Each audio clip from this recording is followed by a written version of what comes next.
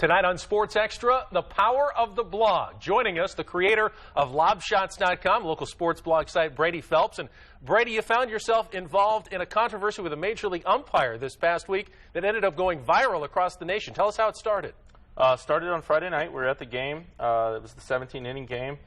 And around the 8th inning, I went down and sat with some friends in the left field seats, and the fans that were already there noticed that this umpire, he was turning around every half inning and spitting a big wad of bubble gum out into the outfield.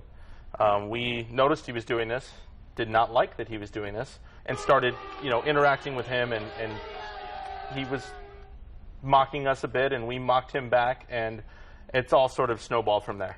But it didn't end there. You went to your blog site to call out this umpire whose name is Jordan Baker. Jordan Baker. And it just started steamrolling from there. What happened next?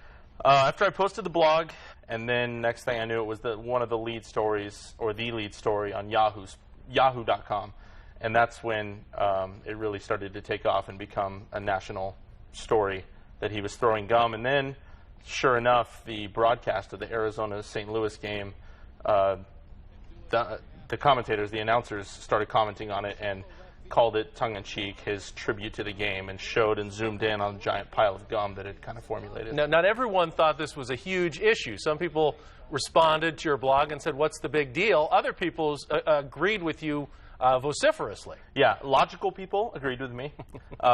Illogical people the amount of personal attacks that I received for being so nitpicky about caring, for the history of baseball, ball players spit seeds, and ball players chew tobacco, and ball players spit gum, do all these things, and they couldn't understand why I was so outraged. And then, in the end, it even caught Major League Baseball's attention, and they did something about it. Yeah, it got all the way up to Joe Torre, who Bud Selig, put in charge of these sort of things, and Jordan Baker will never throw another piece of gum on a baseball field again, so I'm told. So, I don't know, mission accomplished. I felt pretty bad because people thought I was trying to ruin Jordan Baker's life, where that wasn't the case at all. I mean, from all accounts that I received from people that actually know him, he's like an amazing person. He's an amazing dude. He's humble and loyal and loving, and people would do anything for this guy. That they love him to death.